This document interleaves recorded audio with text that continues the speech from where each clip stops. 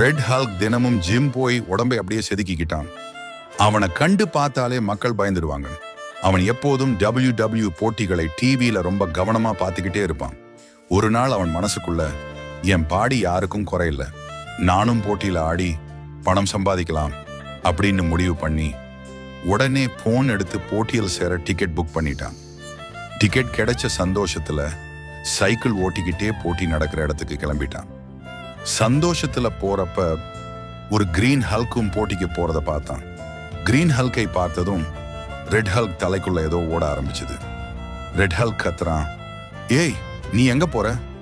Green Hulk சொல்றான், நான் போட்டியில ஆட போறேன். இதை கேட்டதும் ரெட் ஹல்க் மனசுல, இவன் ஜெயிச்சா சும்மா எல்லா பணமும் என் கையில இருந்து போயிடுமே. அப்போதான் அவனுக்கு ஒரு கேவலமான ஐடியா வந்தது. ரெட் ஹல்க் நட்பா பேசுற மாதிரி, வா ஒரு டீ சாப்பிட்டு போலாம்னு சொல்லி கிரீன் ஹல்கை டீ கடைக்கு கூட்டிட்டு போறான். 2 பேரும் பேசிக்கிட்டே இருக்கும்போது திடீர்னு கிரீன் ஹல்குக்கு போன் வருது. ரெட் ஹல்க் சொல்றான், நீ உக்காரு, நான் டீ கொண்டு வர்றேன்.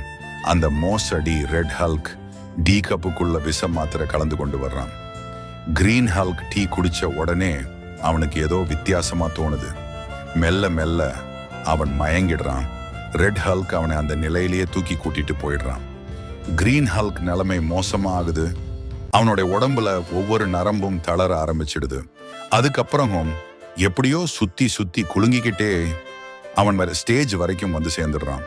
கிரீன் ஹல்க் விஷம் முழுசா இறங்குறதுக்கு முன்னாடியே ரெட் ஹல்க் ஷடான்னு ஃபைட்டை ஆரம்பிச்சிடுறான். அப்ப கூட்டத்துல நின்ன ஒரு ஆளு கிரீன் ஹல்க் நிலைமையை பார்த்து சந்தேகப்படுறான். அவன் உடனே போட்டியை நிறுத்தி, இல்ல கிரீன் ஹல்க் உடம்பு சரியில்லை, அதனால முடிவு ஃபைட் மூலம் இல்ல, வோட்டிங் மூலம்தான். இதை கேட்டதும் ரெட் ஹல்க் முகத்துல இருந்த சந்தோஷம் முழுக்க மறைஞ்சிடுது.